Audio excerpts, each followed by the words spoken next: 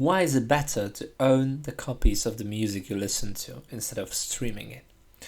Now, I'm a passionate music collector myself, and I've come up with many reasons why is it better to own the music you listen to own the copies. It doesn't necessarily have to mean physical copies like CDs or vinyls, but what I mean is having the files on your computer or on your phone or your music player, having them offline, being able to play them anytime you want, for any purpose, without the internet, being able to copy them to any device you want, to share it with a friend without DRM restrictions, to burn them to a CD, to play in a car, to be able to, cut it in the software and use it in any place you want. To actually, how it used to be like when you went to the store, bought a CD, came home, ripped it off, and you ended up with a file on your computer.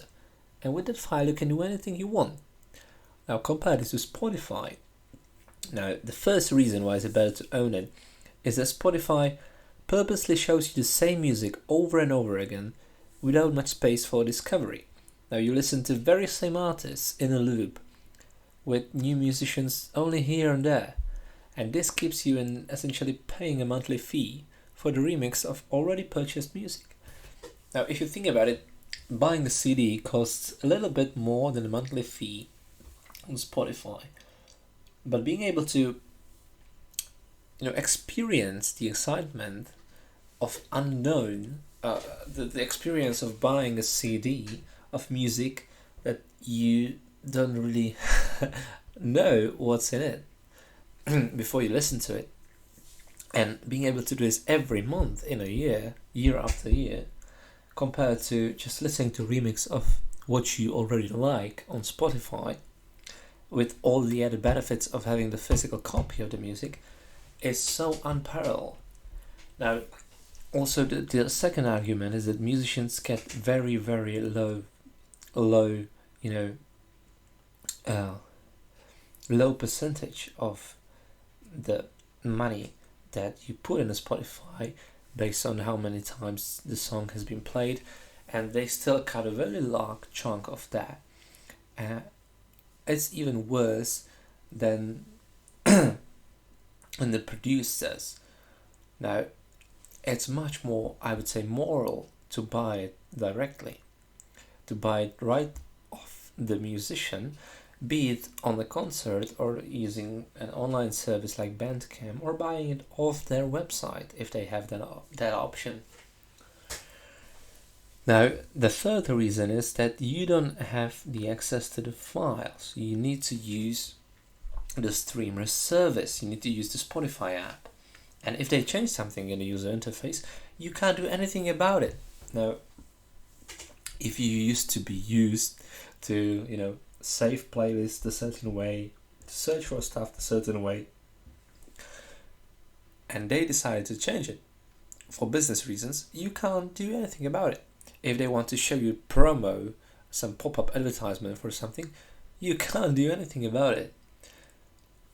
Now, if you have your own music on your computer, you can choose any music player you want. You can burn the CD and you can play it in your hi-fi. You can put it in your car. You can put it in your phone. You can use whatever you want. You can chop parts of the songs you don't like and play it like that. You have unlimited potential with the files you have. Now, Spotify and other streamers allows you to download the files in their app, but this is conditioned with at least once a month being online for them to verify that you are still a paying customer of theirs. So you still need to be connected to the internet and have the valid account to be able to listen to it offline in the app. Another reason, the fifth one, is geo-licensing. This is extremely stupid thing if you just put your mind around it.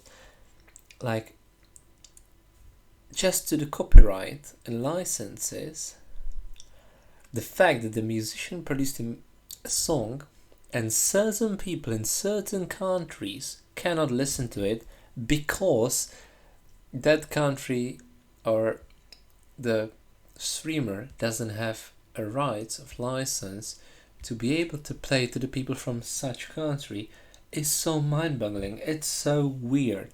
Like, if you're a musician, you made a music, you put it online, you want people to play it for a fee. How is this possible? This is so like, I know how is this possible business wise, but it's so stupid, like human wise, to think about geo blocking the music. Now, another reason is that certain songs, for unspecific reasons, just disappear from an album. It's grayed out in the Spotify app or in a Spotify website's player. Certain songs are often grayed out and cannot be played. And they don't tell you why, they don't tell you when they unblock it. It's just disabled. This cannot happen with the music files on your computer, on a CD you own. And what's worse is that many people listen to Spotify on their phones, and even though you listen to the same music on and on, it's still getting downloaded every time. Now, some of it might be cached in the phone or in the app, but you're still re-downloading already listened to music compared to having it on a CD and just downloading it once, removing it via the cable and not using the data plan at all. Now, another reason is the user interface, the UI, takes so long to start. If I just open a music player on my computer, it could be even the, rich visual music player. If I just hit enter on a song, it starts playing immediately. There's no delay. Compared to Spotify, it doesn't tell you what is it doing, but it's loading, and the song is not playing yet. Sometimes, if you click on a song in an album, for no reason, it just lets you wait, and then just starts playing the next song in the album right after it. This would not happen if you would not stream it.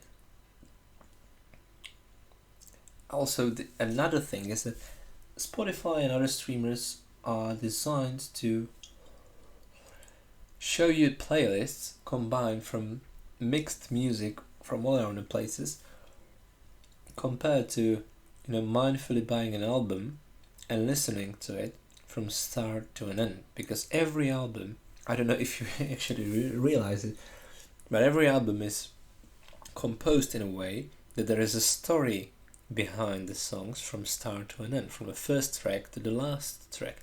And it's supposed to be played in order from the start to finish. But you become detached from this experience if you listen to music just casually using streaming services. They just play you whatever they want in their predefined playlist, and you lose the track of a specific artist. You just listen to general music, quote unquote, instead of mindfully deciding on playing a certain CD and looking for the songs you like in the CD, and being confined with a certain artist and a certain album and listening to that music. So those are the reasons I prefer buying CDs, buying music online directly from the artists, supporting them, going to the if you want to support someone, buy their music, go to their concert, buy their merchandise, support them directly without as little people in the middle as possible. Thank you.